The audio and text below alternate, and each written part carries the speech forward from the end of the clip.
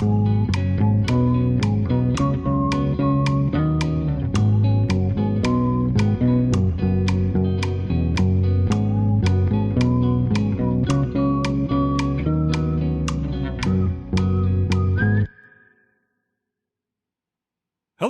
my name is Ben. My name's Chris. And we are the hosts of the Too Vague podcast. Today, we are going to be talking about the word spy. The word spy. What does that mean to you, Chris? Spy. So, I think everybody has the sort of classical definition of spy, which means, as a verb to look at something, right? Right. To see? To see. I espy something, right? If you're using the classical ye olde English. Do you use ye olde English? I use ye olde anytime I have to use English. Ye olde English, it's the only thing for those tough stains. I've always loved spy stories, I'll be honest with you. I like the idea of getting away with something. Uh-huh. I like the idea of cool men and women doing cool, crazy things for cool, patriotic reasons. Okay, so patriotism not necessarily for their own gain. Right. Well, I mean, let's face it, if it's, there's a fine line between being a spy and being a thief. Right. Exactly. And, it's who you're doing it for. That's right. And there are some genre conventions like action and obviously James Bond is usually everybody's biggest spy touchstone, but right. I've read a lot of spy fiction, a lot of English spy fiction, Len Deighton, and John le Carré, two of my favorites, and they paint a very different picture of basically, most spies are bureaucrats. Right. Right? Paper pushers who have to do some of the more mundane tasks of, picking up a folder in a dirty ass mailbox, right. while it's freezing outside at 3 a.m. Right. You can't all be driving off in speedboats with Playboy bunnies. Right. And also have all sorts of crazy gadgets. Right. Well, which is kind of a misnomer. Like I think that's one of the things that the James Bond series did for spies, right? Mm-hmm. It's like, oh, you've got all these crazy gadgets that you use and all these, it's thrills and danger. And it's like, no, that's not really what it is. It's like, oh, hey, I'll just go get a laser watch from the dude downstairs. Like they've got just like laser watches stacked up. Yeah. Like these, like in all the world, the people inventing laser watches are doing it for James Bond. Oh yeah. Right. Yeah. But no, so that's where, oh look, it's an inflatable rhino. Push this button and it turns from a steno pad into a hot air balloon. That kind of stuff. Yeah, MI6. They've got us, man. They've got some budget oversight issues. Listen, if we lose MI6, the whole laser watch market is going to go in the toilet. It is going to crater. It is going to go in the toilet, and I don't know what we're going to do. We got to switch to something. What are we going to start making? I mean, you're going to have to start everybody's going to have a laser watch.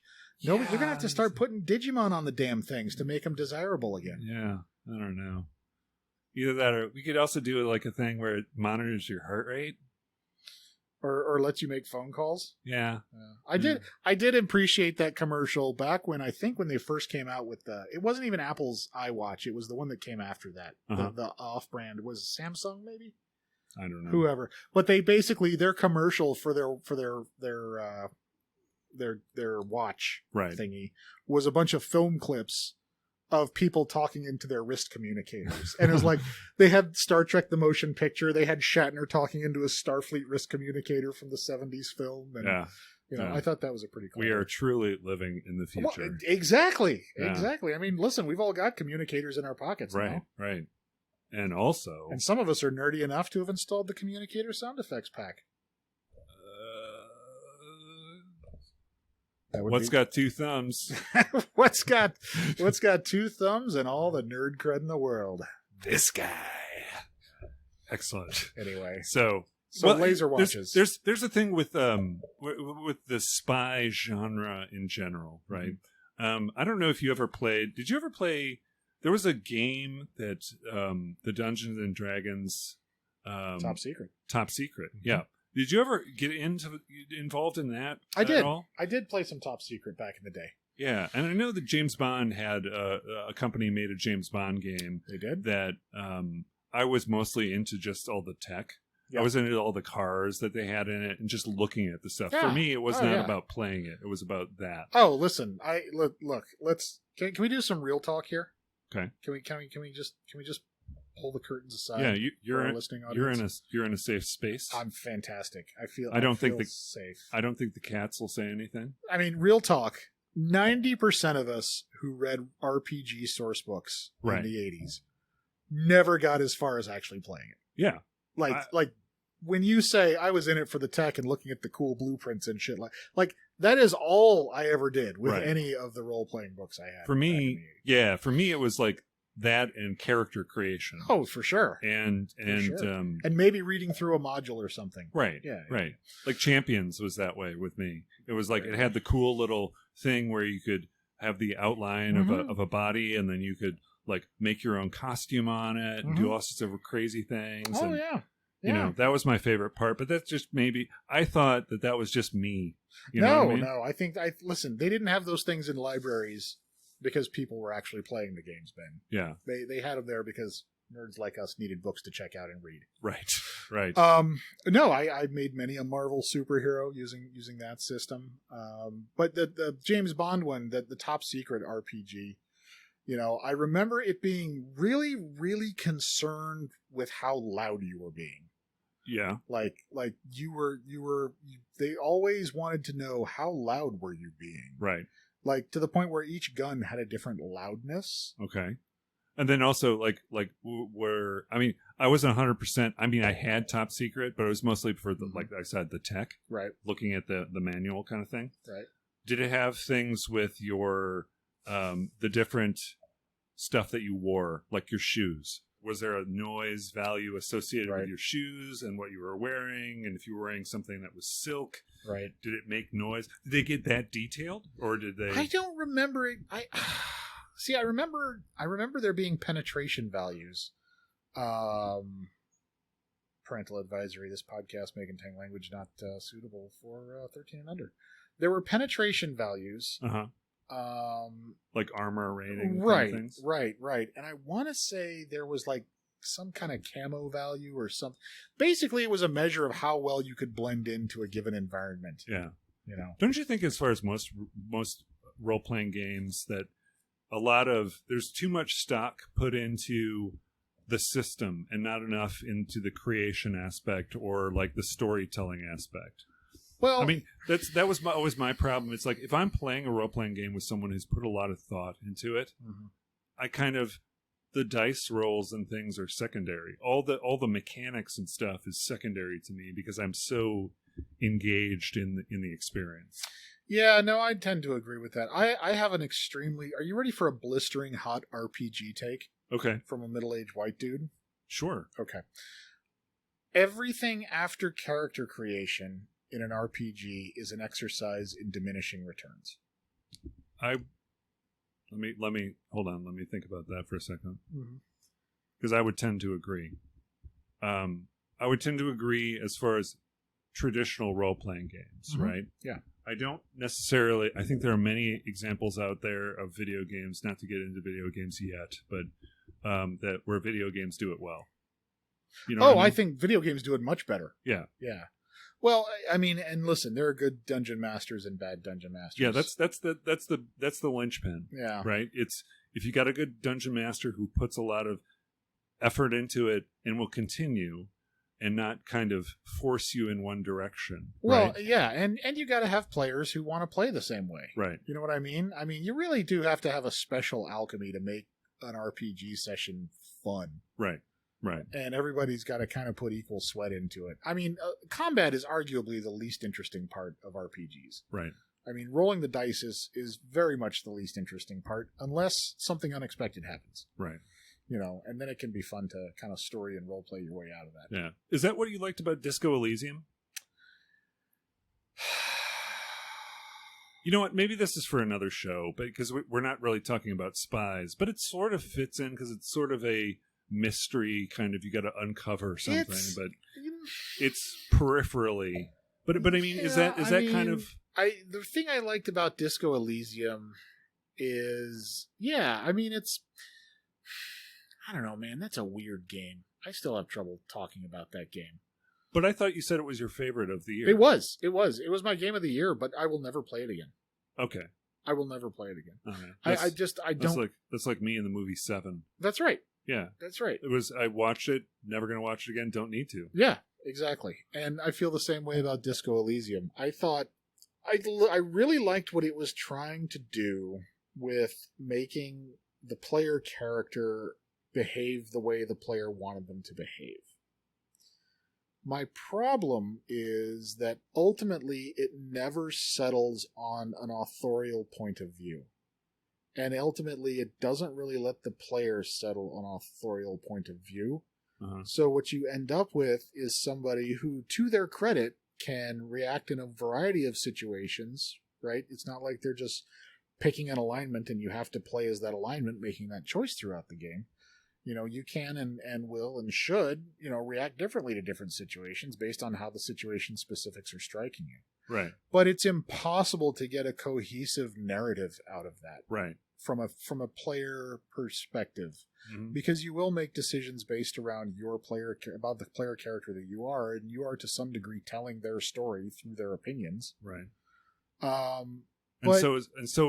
Your inner voices change too, as part, which is a weird dynamic, which I think could be done have some interesting things to contribute to the story, but it still has to be about the story. Yeah. But my problem with this Disco Elysium, and I just couldn't. I've tried about half a dozen times to get into it, but I don't identify with the character. I don't care about the fact that he's drunk. I just get bored of his story because it's like, well, I don't really care what this guy. Inception. It's kind of like Inception. Mm-hmm. The reason I didn't like the movie Inception was for that reason. I couldn't identify with the character. He's a thief, so who cares if he's in a dream? Because I just don't. I don't identify with him. I don't care about him. So therefore, right. Yeah, it's a pretty movie, but yeah, But that's the same way I felt about Disco Elysium. There's nothing to connect me to that character. Yeah, and I think ultimately it was that combined with the sort of, I don't know, it's a pretty bleak worldview. Oh yeah, that the game posits. Right. This, I give it all the credit in the world for its world building. Yeah, it seems like it did a very Tolkien-esque kind of. Oh yeah, apparently it was based off the developer's own homebrew D&D campaign that they've been playing for years, which explains a lot. Right. But ultimately, I just think its point of view was a little too nihilistic for me. Uh-huh. Like a little too much of the decay. Right. And too much of a sense that things were shitty, things got shittier, things will always be shitty. Right. I am a shitty person, or I'm a person who's trying to be less shitty. Right. And so life. Right. And if Cheryl, our historian, if she could check the archives, in the podcast we did about The Sims, uh-huh. right, where I railed on and on about who the hell wants to play a game about life. Right. I got the same problem with Disco Elysium. Right. Is things are shitty enough in the real world. Right. For me to go around this other shitty world being unable to solve its problems. Like, right. I am all about noir. Uh-huh. Film noir, I love pulp detective, right? I get that there's not always a happy ending. Right, but it's still an interesting thing that you're a goal that you're trying to, something you're trying to unwrap. Exactly. And the point is, you salvage something on a personal level, even if the macro has gone shit. Right. And there's just no sort of, none of that redemption really tracked for me in Disco Elysium. Yeah. I was a piece of shit at the beginning of the game, and I was a piece of shit at the end of the game. Yeah. Who may or may not have killed himself. I'm not really sure. Yeah. The end got a little waterly. Right. So, right. As I would expect from that. But I mean, a lot of the mechanics and things that they used were pretty interesting. I like the fact that a lot of the voice acting was in there. You know what I mean? It's like a very large amount of voice acting. And they just released the director's cut, right? Where everything is voice acted now. Wow. That's interesting. Huh. I wonder if that's the one that's available on PlayStation, because I just saw one. I'm not gonna rebuy it, but no, I think that at least on Steam, if you owned the original, you got the director's cut for free. Yeah, interesting. Well, maybe if I try playing it an 11th time. 11th time's a charm. 11th time's a charm. That's what they know. say. But anyway, let's get back to what we were talking about, which is spy. So when you think of spy movies, we talked about what you think about when you think about a spy. Right. First thing that pops into my head. Huh? Nothing. I was just making up a song called When I Think About a Spy. You're doing it very Tom Jonesy. Thunderbolt. Yeah, exactly. Yeah. That's kind of a foreshadowing moment. Behold, the Four of Shadow. The Four of Shadow. Which is your card? This is your the Four of Shadows. Ooh, it sounds like a Disco Elysium bullshit tarot reading. Yeah. Well, anyway, when I think of spy, and this is going to sound ridiculous, but do you remember Mad Magazine? Do I remember Mad Magazine? Right. I mean, where else was a young Chris to go to get his caricatured portrayals of the latest Elliot Gould movie? Right. Yeah, there was some. Remember when Elliot Gould made movies? Yeah, no, I remember that. That was days. All right. Like the Devil and Max Devlin. Oh, I love the Devil and Max Devlin. Yeah, that's a classic. Yeah. The Long Goodbye. Yeah. MASH. Yeah, of course, MASH. Definitely. That was kind of like what put him on the map, right? Right. Anyway, let's not get into Elliot Gould. Right. Or as I like to call him, the rich man's George Siegel. Let's see. What were you going with? You asked if I remembered Mad Magazine. Mad Magazine. Spy versus Spy. Right? Yeah. The black and the white. Yep. The two spies who were trying to just basically kill each other. That was the whole thing. The whole gag. That was the whole thing. Was you have one, you never knew which one was evil and which one was good, right? Because they both did the. I mean, I think you've stumbled upon the statement relevant to our times. Right. Were there any good guys in Spy versus Spy? There weren't, and they made a game about it, which was just basically kind of like you had to poison your buddy or poison a dude or whatever, and I don't know. I didn't really understand what the whole point of the game was. That was for NES. Was that an NES? No, I think it was on.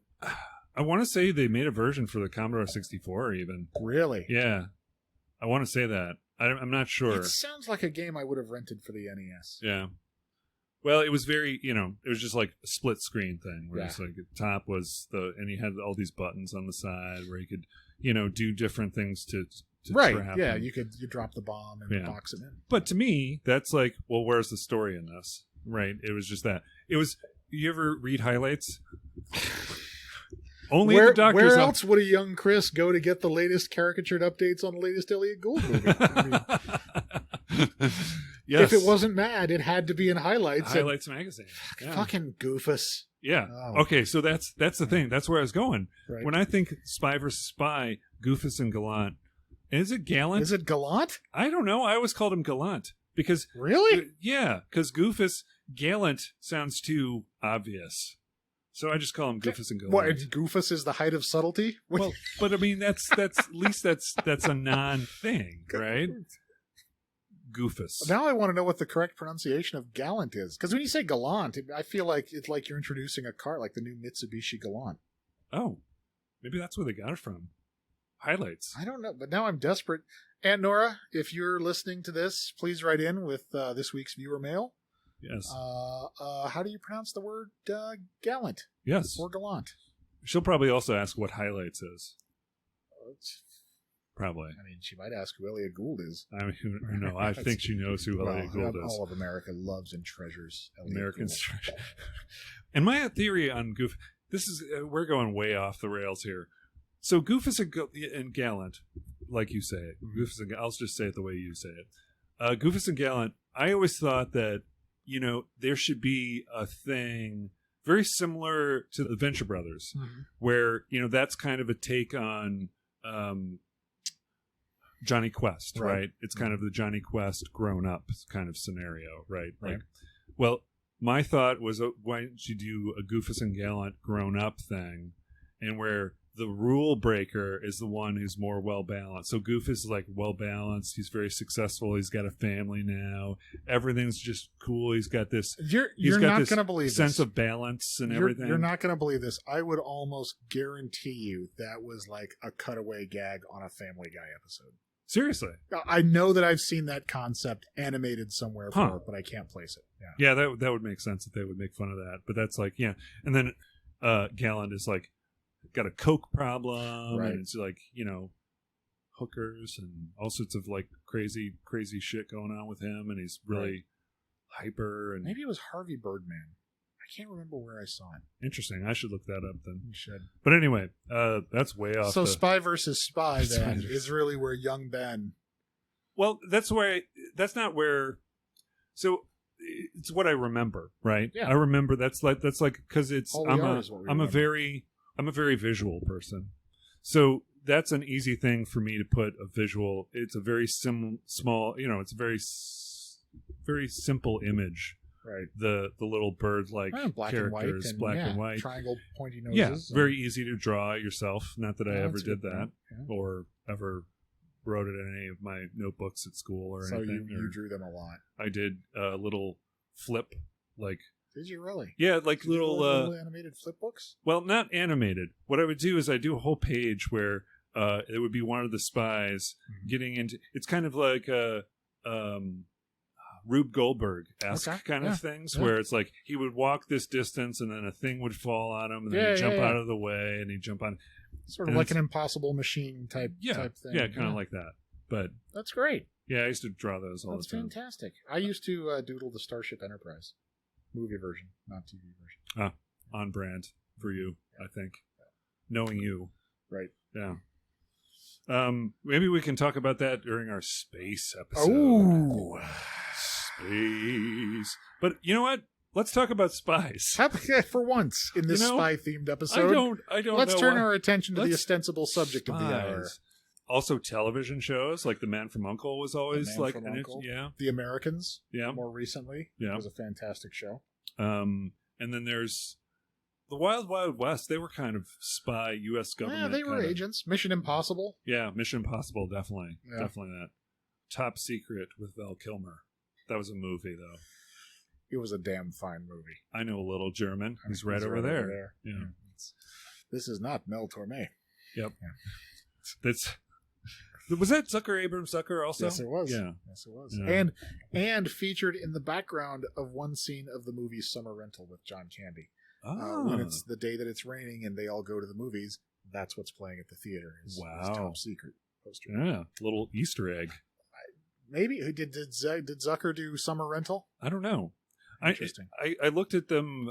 There was a friend of the pod that did an episode recently For Your Reference podcast. They recently saw Airplane for the very first time. Really? Yeah. Wow.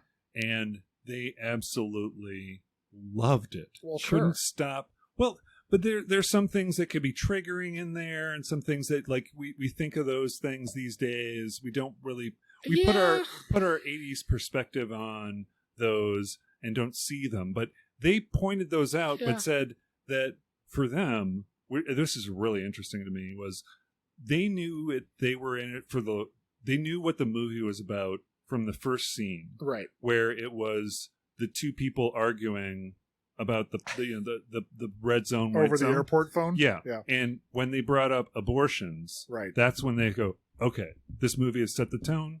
We know what we're going to expect. People being able to go back and experience things that we thought was, were awesome back in the day. Just a good feeling. Yeah. It's just like, yeah. It's all in your point of view. Yep. Point of view. Like North by Northwest? And one of the great spy movies. Yes. Despite its main character not actually being a spy. Right. I mean, spoiler alert for an 80-year-old movie. Right. Right. He was an advertising executive or something, right? That's right. Cary Grant? Mm-hmm. Directed by Alfred Hitchcock. Oh, Alfred Hitchcock, yeah. Wasn't James Mason? He was the bad guy. Yeah. James Mason. And who was, Martin Landau was in it too, I think. Oh, yeah. I think so. Anyway, that was, I've got a little personal story behind that. we used to go to my dad's house, and he would take us, one of the things we would do is we'd rent a movie every time we were out there. Sure. And he would ask us each to pick a movie. Mm-hmm. And we went to the video rental store, and we were looking around at all the new stuff. It was like the 80s, so, trying to figure out... Stroker Ace or Cannonball Run. Right, something like the that. The Devil's Choice. Something that we wanted to see that our mom would not let us see. Porky's, definitely. Nightmare on Elm Street or whatever. Sure. The kid who was at the counter at the time probably was one of these like sort of film elitists of the time. Right. But he had on North by Northwest, mm-hmm. and it was the sequence with the biplane the crop chasing. duster. Yeah, the crop mm-hmm. duster chasing him through the fields. And I saw that, and I was just staring at it. I was like, "What's that movie? What's that one?" That Mm-hmm. And they go, "Oh, it's North by Northwest. It's Alfred Hitchcock. It's a classic." And I was like, "We got to rent that one. That's the one we got to rent." Right. And ever since then, I was like probably like 11 or 12. Really loved that movie. That's a great story. Yeah. That's a great story. It's funny how people get into the older things like that. Yeah, and that kind of, right, like with the airplane thing, mm-hmm. right? If I think about that, it's kind of that's the thing that made me think of that was kind of like, how times change, but still, if it's a classic, it's a classic. Oh, I remember distinctly, wanting to get close to a girl when I was 13 years old, and she came over to my house after school, and we wanted to watch a movie. Right. And so I remember asking Mom, "Hey, what's a good romantic movie we should watch?" And she said, "Oh, Casablanca." I'm like, "Wait, what?" "Oh, all right, I guess." To the point where it was the first time I'd ever seen Casablanca. I was so enthralled with the movie. I totally missed the fact that the girl fell asleep an hour in. Like, at the end, I was like, this is like the greatest movie I've ever seen in my entire life. And she okay, well, we don't really share that. Anyway. Yep. So, yeah, but it's interesting how people kind of break into the older generation of films. Right. And it's really kind of comforting that there's that mm-hmm. availability. Yeah, my son just watched Chinatown for the first time ever last week. Cool. Yeah, I try and introduce to the young people some of my favorite movies. The young people? Yeah, like Brainstorm. Dreamscape? No, not Dreamscape. Brainstorm. Which is the one? Well, Dreamscape's the one with Dennis Quaid and the snake Christopher Plummer. Correct, right? but that's not but Brainstorm a good is the movie. Brainstorm is the one. That's the Natalie Wood one? Yeah. Okay. Yeah, that's the one where Natalie Wood and Christopher died. Walken? Yep, Christopher Walken, Natalie Wood. It was kind of a cautionary tale that works today, where it was sort of a VR kind of thing, where they developed this technology which they could hook someone up to a machine that will record they smell, what they feel, what they do, right. And then you could play it back, and the people who were wearing it was like the prequel to Strange Days. Yeah, and VR, right? And it's kind of a cautionary tale of all the different things that could happen. Like, there was a dude who was like saying, "Hey, you got to try this tape," and it was a sex loop, and this guy looped it, and he just like, "I'm better than I once was," and all sorts of weird sort of like, if you can look past the dated technology, sure, then you got a great movie there. Well, yeah, remember, up until, probably 1984 or 1985, remember, everybody in the movies was convinced that a computer had to have 1,000 blinking LEDs on it. Right. And then comes... Don't forget about the reel-to-reel tapes, and the reel-to-reel tapes, and then comes along War Games, and it turns out the AI that's going to kill us all looks like a photocopier. Right. The Whopper was not an imposing figure. Do you remember what that acronym meant? Wartime Operational Programmable Response? Yeah, I don't know. Something like that? I don't know. I'll get into the acronyms I know when we get into our... Because it was WOPR, right? Yeah. Or were there two Ps? No, I'm pretty sure there was one P. I don't know. There were two Ps in the Mad Magazine satire of it. Okay. To bring it all back to Mad Magazine. Yeah. Was the king there? The king? The Burger King? Oh, I don't think so. No. That seems like a low-hanging fruit there. Well, I think they did refer to it as the Whopper, WHOPPER. Okay. In the Mad Magazine version of War Games. Yeah. Why do I Why do I have the urge? We haven't talked a damn bit about spies, have we? You know what? I have the urge. Well, War Games is kind of that, right? It's kind of like War Games is sort of like it's global destruction. There's not spies involved, but they're computers that are doing things on behalf of governments clandestinely. I know that's a stretch. Can I do my War Games impersonation? Sure. Greetings, Professor Falcon. Oh, do you want to hear mine? Sure. Go ahead. Fine. That's nice. Yeah. Nice. Listen, impressions are good when they're just one word. The least amount if you can boil down an impression to just one word. Right. That's the best. Yeah, I agree. You know, I mean, impressions are like improv. Right. It should be as short as possible. Right. And this is where I'm going to transition to the most iconic spy that we know by doing my impression. Oh, here we go. Of Sean Connery. You are in for a treat, ladies and gentlemen. Excellent. There you go. I was just pausing for applause. Okay. You gotta let the reader. The reader? Give them some time. Okay. The reader, the viewer. You know. The candlestick maker. The consumer. Whoever's on the consumer. Yeah. Whoever's on the other end of this microphone. Hello, America. Hello. Everyone's favorite spy, James Bond. You know, is he? Is he? Because I feel like maybe most popular. Everyone's most popular. Certainly the most bankable spy. Right. Yeah, definitely the probably the one biggest in the zeitgeist. Recognizable, right? Most recognizable, most iconic. Right. You know, for sure. I mean, although there are some that are, they're giving him a run for his money, like the Impossible, the Mission Impossible stuff. That's definitely spy stuff. But I think, James Bond, Ian Fleming, like that kind of. Did you ever read any of the Ian Fleming novels? I did, and they're incredibly racist. Yeah, yeah.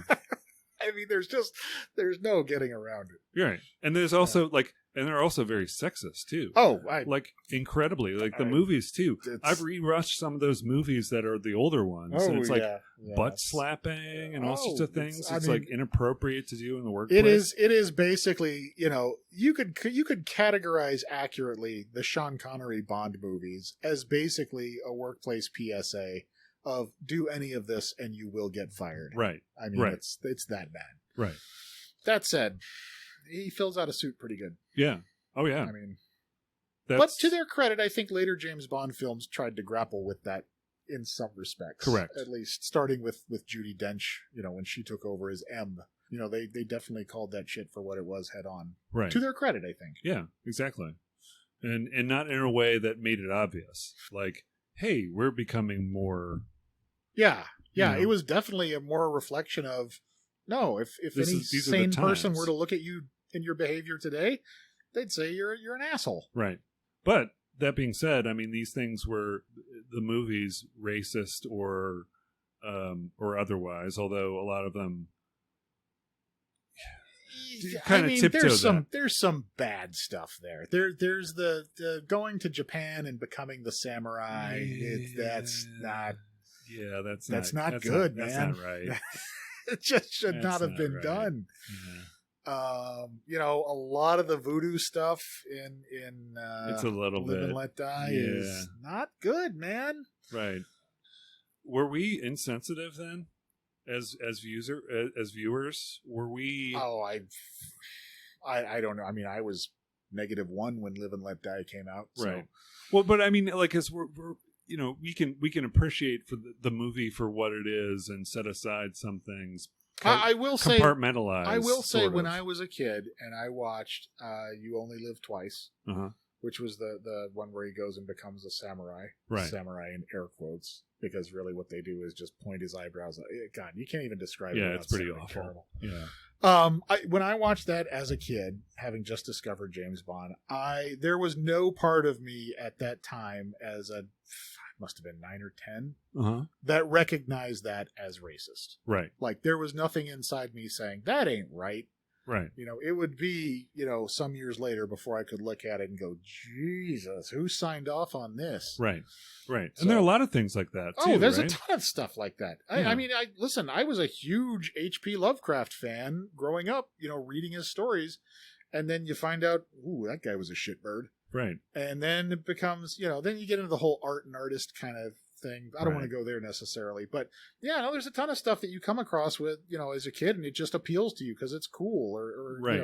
Right. Or you don't see certain things. Yeah, because you're not aware of the ramifications or the deeper meanings. Right. Right. And that's kind of the joy and the beauty of being young, is the fact that you've got some youthful sort of innocence. Yeah. And I think that's why it makes it hard to let those things go as people do get older. Right. And they do need to grapple with some of that stuff and say, you know what?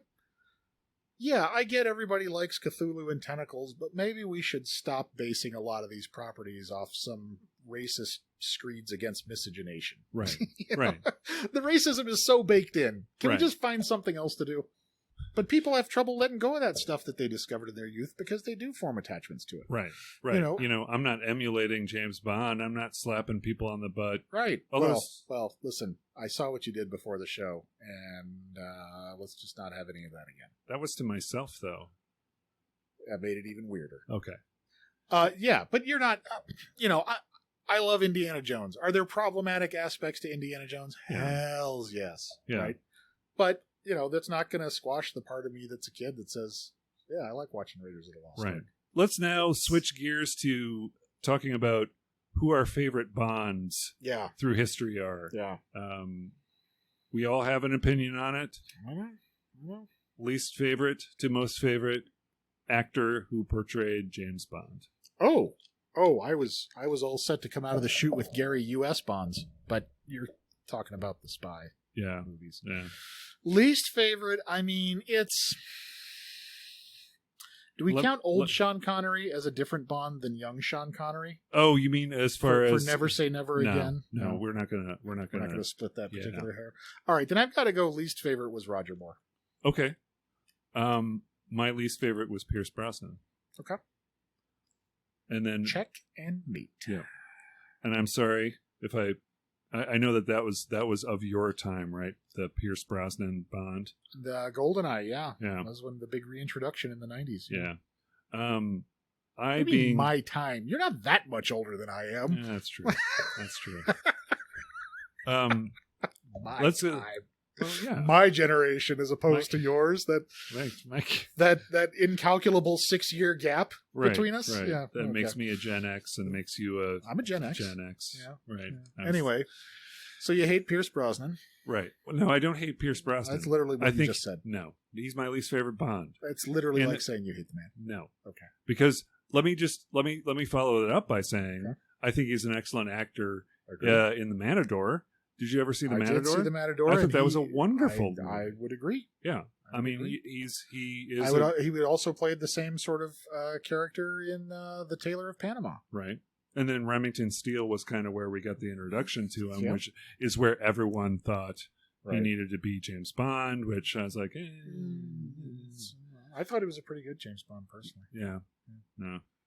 Well, anyway. I mean, clearly you so disagree. we'll see where he ends up in your rankings. We will. But let's go next. Ben. We will. Okay. All right. The next least favorite for me is Roger Moore. Okay. So I'm on board with that. Okay. And then for you? After Roger Moore, I mean, I really, I don't want him to take this personally. So if he's listening, please don't take this personally, because I think a lot of this is largely a function of the scripts that you got. Right. But I'm going to go with Timothy Dalton. Really? I really. Oh my gosh! I know. I knew I was going to get that reaction. Here's the problem. Neither of his Bond movies do I find particularly watchable.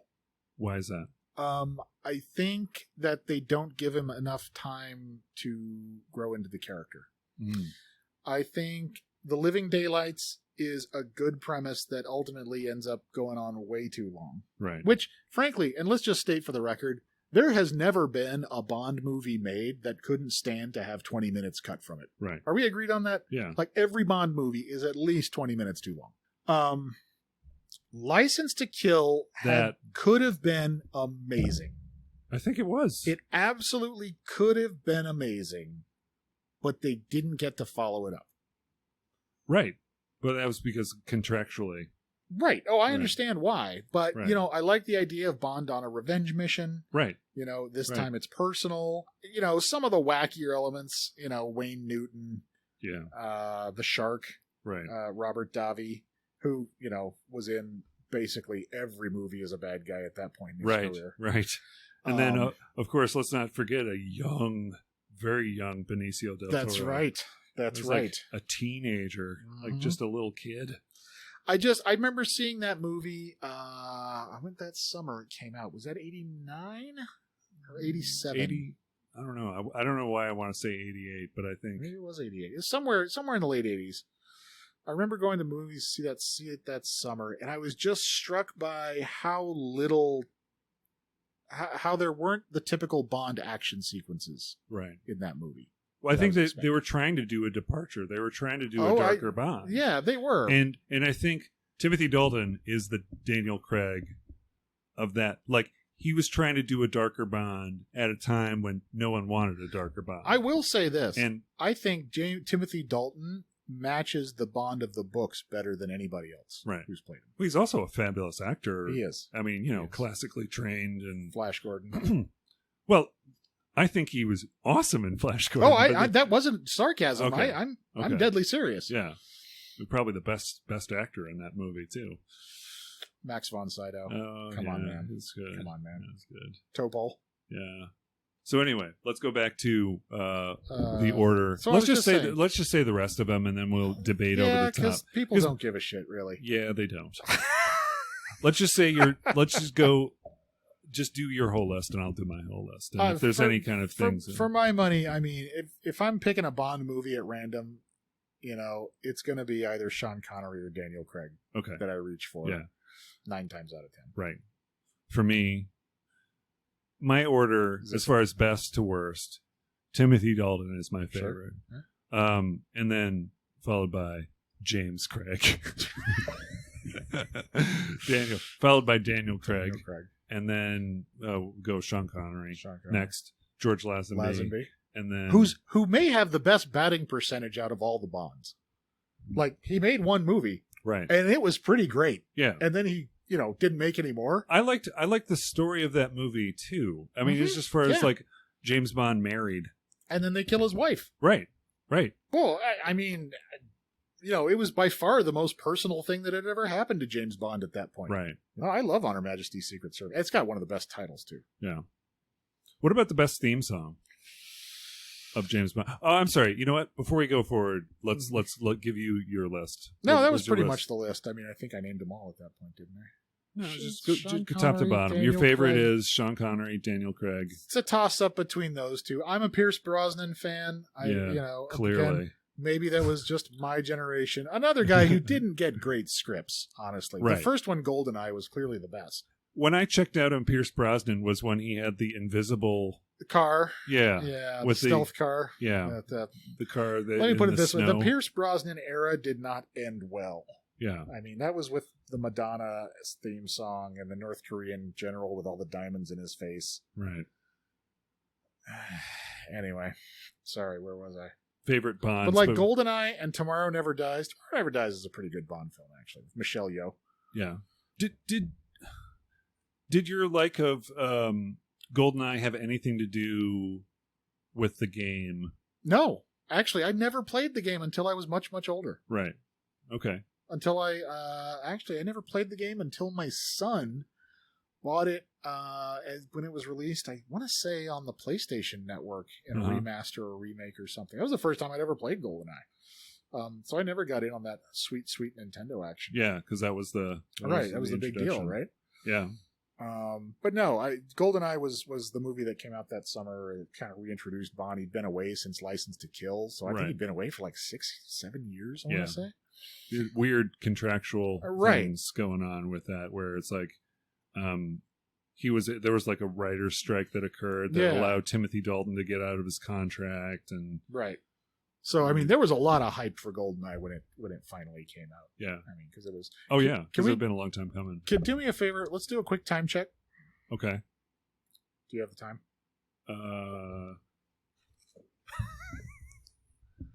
Hang on, we'll ask Cheryl. Cheryl, it's 5:12. Is it really? Yeah. Holy shit, I am late. Okay, let's go. You know what? We're gonna carve this bitch up in two. Oh gosh, that sounded so offensive. We're gonna carve this puppy up in. No, we can't say that either. We're gonna split this mother right down.